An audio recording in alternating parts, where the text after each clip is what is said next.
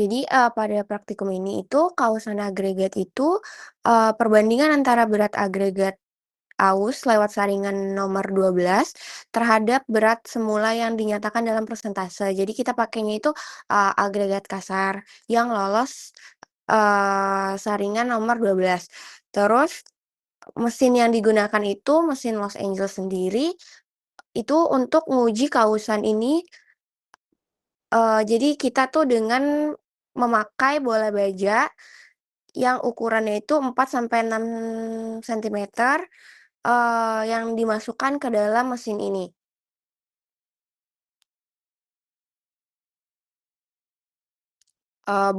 Jumlah bola bajanya sendiri itu tergantung dengan tipe gradasi dan agregat yang kita uji.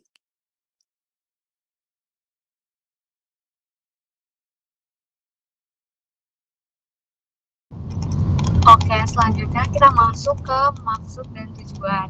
Jadi maksud dari praktikum ini itu dimaksudkan sebagai pegangan untuk menentukan ketahanan agregat kasar terhadap keausan dengan menggunakan mesin abrasi Los Angeles. Jadi maksud dari pengujian ini itu pasti untuk mengetahui tingkat ketahanan agregat kasar terhadap gaya gesek, tumbukan, dan benturan yang terjadi selama proses pencampuran, pengangkutan, pemadatan, maupun saat agregat tersebut tuh menerima beban lalu lintas di lapangan. Jadi melalui pengujian itu kita dapat mengetahui si agregat ini tuh memiliki kekuatan yang cukup atau tidak itu untuk digunakan sebagai bahan konstruksi. Nah, selanjutnya di tujuan pemeriksaan ini adalah untuk mengetahui si angkanya itu, angka kausan dari suatu agregat yang akan kita gunakan. Nah, jadi dari pengujian ini juga itu dapat menentukan nilai kausan agregat yang dinyatakan dalam persentase kehilangan berat.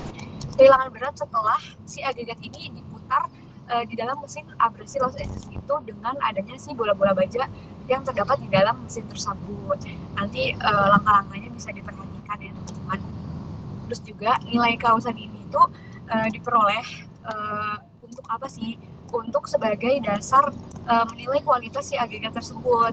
Di mana semakin kecil nilai kausannya, maka semakin baik ketahanan si agregatnya terhadap tumbukan, pemadatan, pencampuran, atau seperti yang tadi saya bilang, representasi di lapangannya.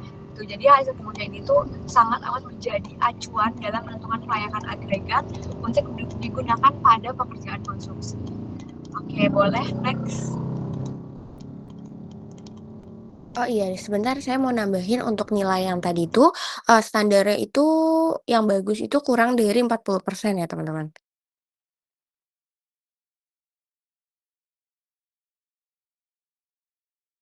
Kita masuk ke rumus pengujian.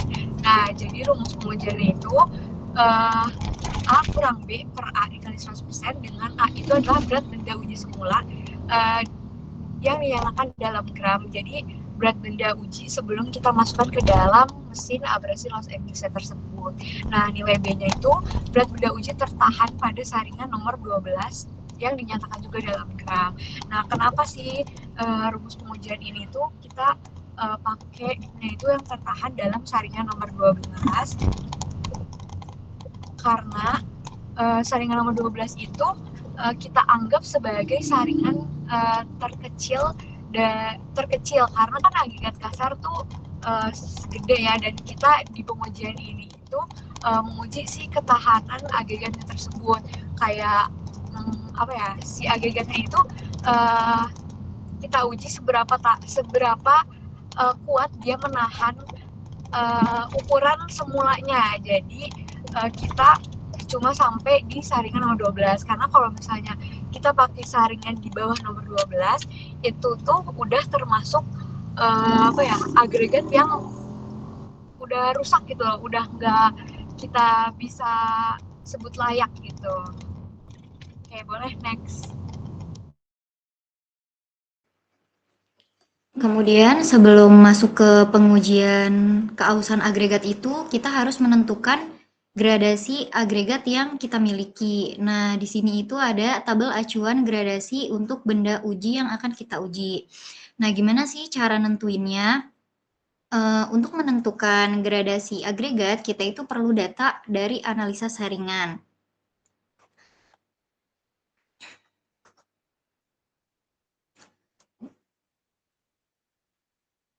Nah, untuk data analisa saringannya ini, kita harus hitung dahulu sebelum kita masuk ke gradasi. Nah, kalian udah ngitung belum buat analisa saringan? Kalau misalkan kalian belum ngitung analisa saringan, berarti kalian nggak bisa masuk ke dalam pengujian keausan agregat karena syarat utama untuk menghitung keausan agregat itu yang dibutuhkan adalah data dari analisa saringan. Nah, kalau misalkan sudah ada datanya, yang kita fokuskan yaitu di agregat kasar. Kenapa agregat kasar? Karena di tabel gradasi benda uji itu ada ketentuan diameter saringan, terus ada gradasi berat benda uji. Nah, untuk gradasi berat benda uji itu ada di gradasi A, B, C, D, E, F, dan J. Nah, untuk diameter saringan yang ditentukan oleh tabel gradasi itu ada di diameter agregat kasar. Nah, seperti ini, dimulai dari diameter 75,0 sampai dengan 4,70 atau nomor 4. Nah, sekarang yang kita fokuskan itu melihat di 37,5. Kenapa di 37,5? Karena saringan yang kita mulai itu diameternya ada di 36,1. Nah, tapi di sini nggak ada 36,1. Gimana tuh cara nentuinnya? Nah, sebelum kita menentukan si A, B, C, D, E, F, G itu, kita harus tahu nih kenapa sih kita nentuin gradasi itu. Tujuan untuk nentuin gradasinya itu supaya kita tahu berapa banyak si agregat yang akan kita gunakan dalam pengujian ini, terus kemudian ada jumlah putarannya, sama yang paling penting itu jumlah bola baja yang akan digunakan. Nah, kalau misalkan kita nggak nyari gradasinya, kita nggak akan bisa nentuin si bola baja, karena bola baja ini sangat berpengaruh terhadap pengujian kausan agregat. Nah, kita masuk nih ke pengujian pencarian gradasi. Sekarang kita fokus ke diameter yang 37,5.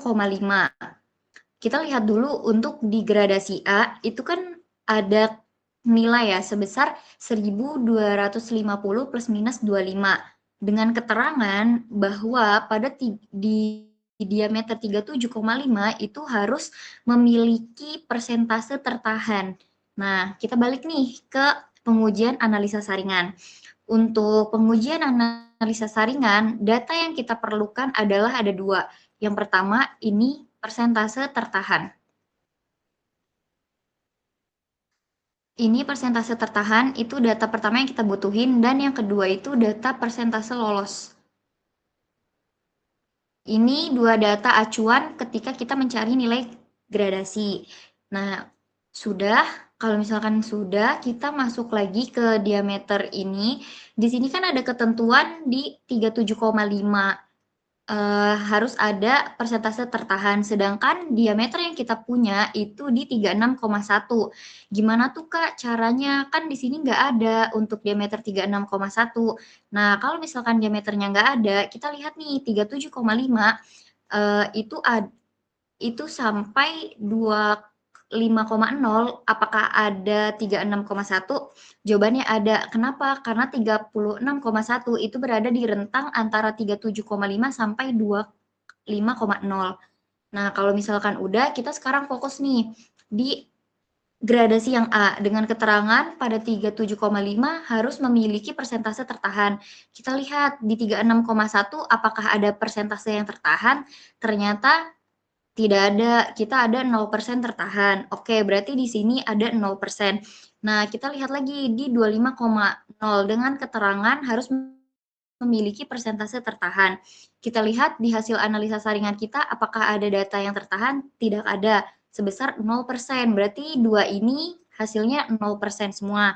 Nah, sekarang kita masuk nih ke diameter selanjutnya, yaitu di 19,0. Nah, di 19,0 ini ada keterangan untuk harus ada persentase tertahan di dalamnya. Sekarang kita masuk di 19,1. Apakah ada yang tertahan? Ada. Sebesar berapa? 9,4%. Oke, berarti di sini ada nilai sebesar 9,4%. Nah, di 12,5 ada juga harus tertahannya. Berarti kita lihat nih di 12,7 yang kita miliki. Apakah ada yang tertahan? Oh, ada sebesar 43%.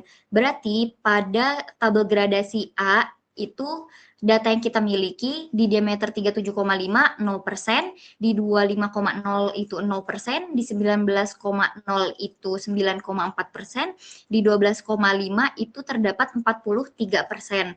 Nah, berarti bisa dikategorikan kalau gradasi kita itu tidak masuk ke dalam gradasi A. Kenapa? Karena ada dua pernyataan kalau di diameter 37,5 dan di 25,0 itu hasil persentase tertahan kita itu tidak ada. Nah, karena sudah dipastikan dia tidak masuk ke dalam gradasi A, kita move nih ke gradasi yang B. Nah, fokus lagi nih ke keterangan yang ada di gradasi B. Kita lihat di diameternya di 37,5 tadi persentase kita nihil 0. Nah, sama nih di 37,5 di gradasi B juga nihil, di 25,0 juga nihil. Nah, di 19,0 itu kita punya 9,4% dan di 12,5 kita punya sebesar 43%. Nah, bisa nih kita kategorikan dia gradasi B. Nah, setelah kita udah pastikan dia ada di gradasi B, kita cek lagi apakah dia tidak termasuk gradasi C. Jawabannya tidak. Kenapa? Sekarang teman-teman lihat di di persentase lolos itu yang paling banyak atau paling dominan lolosnya itu ada di antara diameter 19,1 dan 12,7. Kalau misalkan kita masuk ke 19,5 dan 4,5 itu agregat kita terlalu besar untuk masuk ke dalam warnanya. Agregat kita itu dikategorikan terlalu besar kalau misalkan kita masuk ke gradasi C, karena dia yang lolos ke 9,52 sama 4,75 itu cuma 27,6% dan 8%. Makanya kita nggak bisa masuk ke kategori gradasinya itu C. Seperti itu teman-teman. Nah, karena kita udah mempunyai nilai gradasi ada di B, kita lihat nih berapa banyak sih total sampel yang harus kita miliki, yaitu sebesar 5 kg. Terus jumlah putarannya yang digunakan itu 500 putaran. Nah, yang paling penting di bola baja, kita harus pakai 11 bola baja gitu untuk cara pembacaan tabel gradasi. Nah, sebelum lanjut, apakah ada yang ingin ditanyakan mengenai tabel gradasi dan gimana cara bacanya gitu? Apakah ada yang ingin ditanyakan teman-teman atau kurang paham?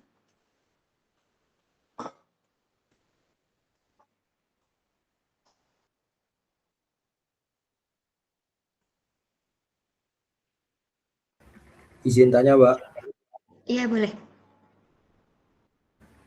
Untuk yang tabel gradasi itu menggunakan persentase atau gram ya? Itu kan di situ tertulis gram itu.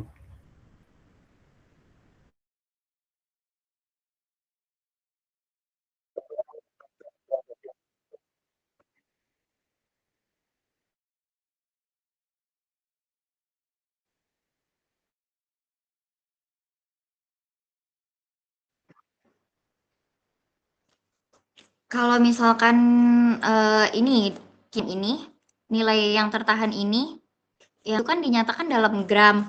Nah, supaya kita gampang membacanya, dibaca pakai kedua ini bisa, Mas. Soalnya sama-sama nilainya juga sama. Kalau misalkan kita baca dalam gram, tadi kalau misalkan di diameter 37,5 yang di A itu kan kita ada 0 gram kan, berarti kan dia tidak ada berat tertahan. Nah, di 19,0 kita ada berat tertahan sebesar 94 gram, kayak gitu. Jadi sama aja kalau Berarti misalkan mau baca boleh persentase menggunakan tertahan. persentase, boleh menggunakan gram juga ya?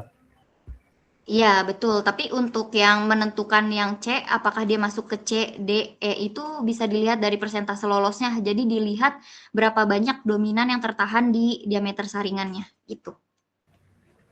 Untuk pelaporannya nanti gimana? Laporan praktikumnya menggunakan gram atau kita sepakai itu dan Untuk laporan menggunakan persentase? praktikumnya dibebaskan untuk memakai berat gram atau persentase tertahannya karena ini sama aja sih. Saya pakai persentase tertahan itu supaya mudah untuk dilihatnya gitu. Oke, terima kasih, Mbak. Sama-sama. Yang lain ada yang ingin bertanya?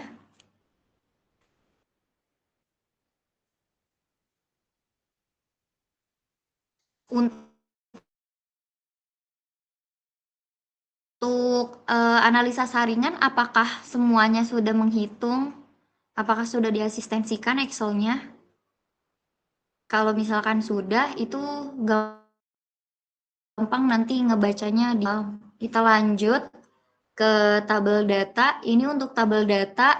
Kenapa di sini kita pakai beragam saringan atau bisa dibilang kita pakai saringan agregat kasar, itu supaya memudahkan kita untuk menyaringnya. Kalau misalkan kita langsung pakai di berat agregatnya itu ada di saringan nomor 12, itu kan terlalu berat karena kita kan pakai 5 kilo ya. Makanya si saringan agregat kasar ini menjadi perantara gitu. Tapi untuk dimasukkan ke laporan, nanti semua tabel data ini dimasukkan ke laporan. Lanjut, ini ada video langkahnya.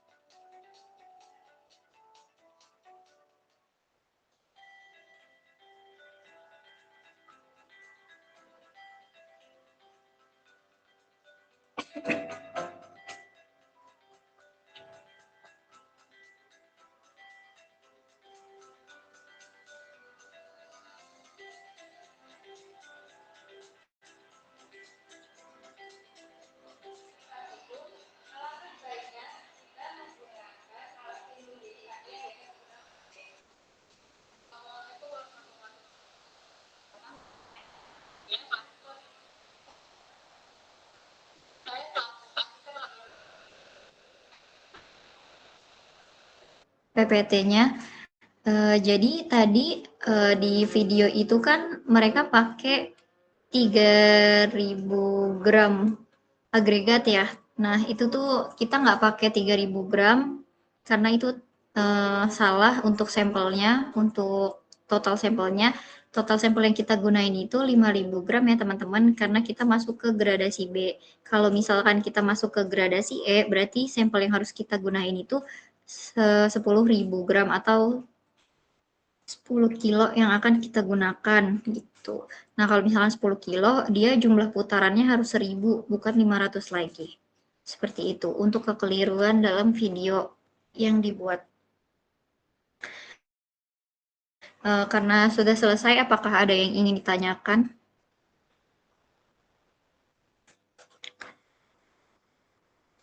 Kalau misalkan sudah cukup, tidak ada yang ingin ditanyakan, jangan lupa laporannya dikerjakan dan diasistensikan secepat mungkin karena kita udah masuk ke pertemuan 9, di mana kita harus cepat-cepat buat nyelesain semua praktikum. Untuk agregat-agregatnya, semen juga belum kita uji, jadi harus dipercepat. Jadi jangan lama-lama untuk membuat laporannya ya teman-teman. Mungkin itu aja yang bisa kami sampaikan. Kurang lebihnya mohon maaf dan terima kasih. Assalamualaikum warahmatullahi wabarakatuh. Waalaikumsalam warahmatullahi wabarakatuh. Jangan keluar dulu karena ada absen ulang. Terus